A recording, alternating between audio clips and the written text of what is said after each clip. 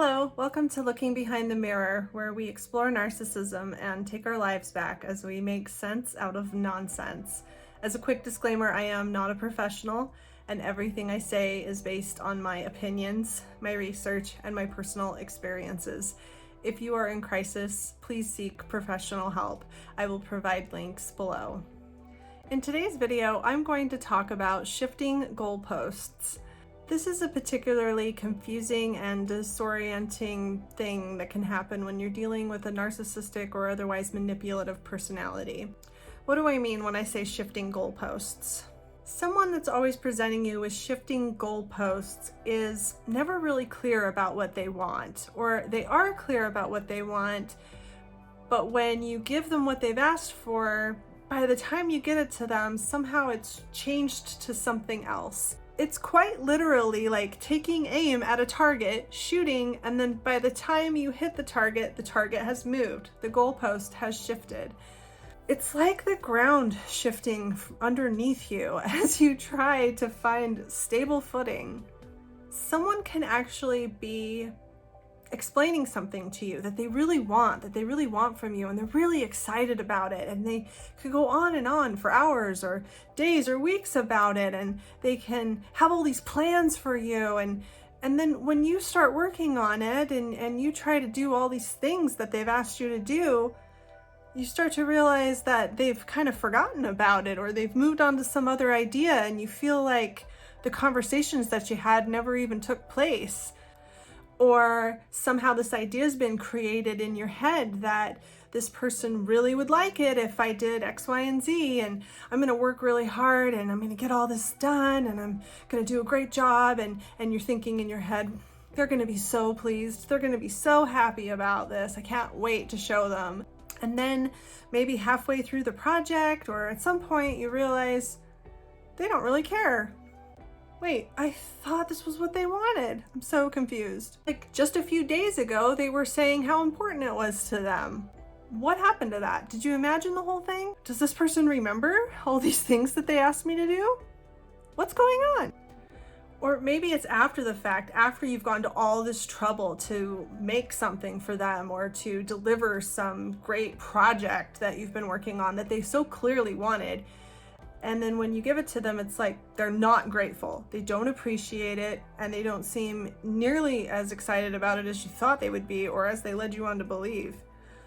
Maybe you have a romantic partner that is always complaining that they're bored, that you're boring, that you never do anything fun together, that you always just sit home and watch TV and that's all you ever do. So you go out and you think, I'm gonna plan something fun this weekend. I know that this person loves to go out to dinner, and this is this person's favorite restaurant. We haven't been there forever, and they've been complaining so much that they're bored and that I'm boring and that we need to go do something fun. So you go out of your way to make reservations, and maybe you plan some other activities that you know you're gonna like, and you go home and you're really excited to tell them, and you're like, hey, guess what? So this weekend we're gonna go eat dinner at your favorite restaurant, and then I have this other activity that we can go do as well. And they're just like, okay.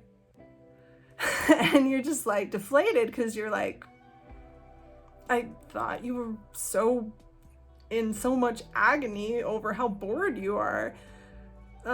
So that's not what you wanted? It's like a moving target. It's like trying to nail Jell-O to the wall. It's like herding cats. Is that enough analogies for you? It's like no matter what you do, you think you're on the right track. You think you heard them right. You're pretty sure that they were specifically asking you for something specific, but as soon as you actually start to do what they're asking, it's like they never asked for that, and now they're complaining about something else, or they have some other great idea. Does this person have a memory problem, or am I just misunderstanding them constantly? Nothing is wrong with your perception. Yes, they were very excited about whatever it was they were going on about, and yes, now they don't care anymore. It's like the conversation never even existed. Pathological narcissists do this all the time. What I want to do is explain why they do this and why it's not your fault. One thing that's very important to understand and remember is that narcissists are never satisfied. ever. If you've ever known a pathologically narcissistic individual, try to think of one time that they ever seemed truly satisfied and content about anything, ever.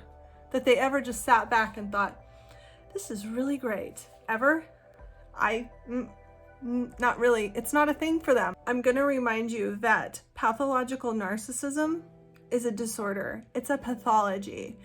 And part of it is this great empty crevasse in the middle of their soul that is boredom. A big, empty, black hole of nothing. And it's extremely uncomfortable. And as I said, it is experienced as boredom a lot of the time because they're constantly looking for something to fill this emptiness, this unease, this dissatisfaction.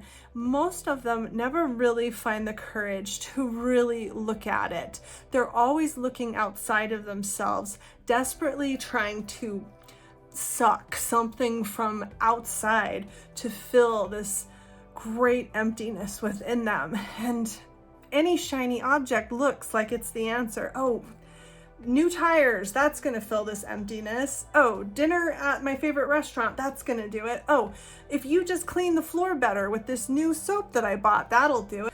Oh, if I just buy this new car. No, wait, maybe if you just get a haircut, you just do your hair different, that'll do it. Oh, I know, maybe we need a dog. They're under this constant illusion that whatever the next big thing is gonna finally fill this gnawing emptiness inside of them. They're finally going to feel something. They're going to feel some sort of fulfillment with something, but they're chasing something that they are never ever going to catch. They're kind of doomed to live in perpetual dissatisfaction. But many of them never really realize that whatever the next big thing is that they're going after is just going to be one more disappointment for them because their emptiness and their boredom is coming from within them. This is something they'll often project out onto their environment.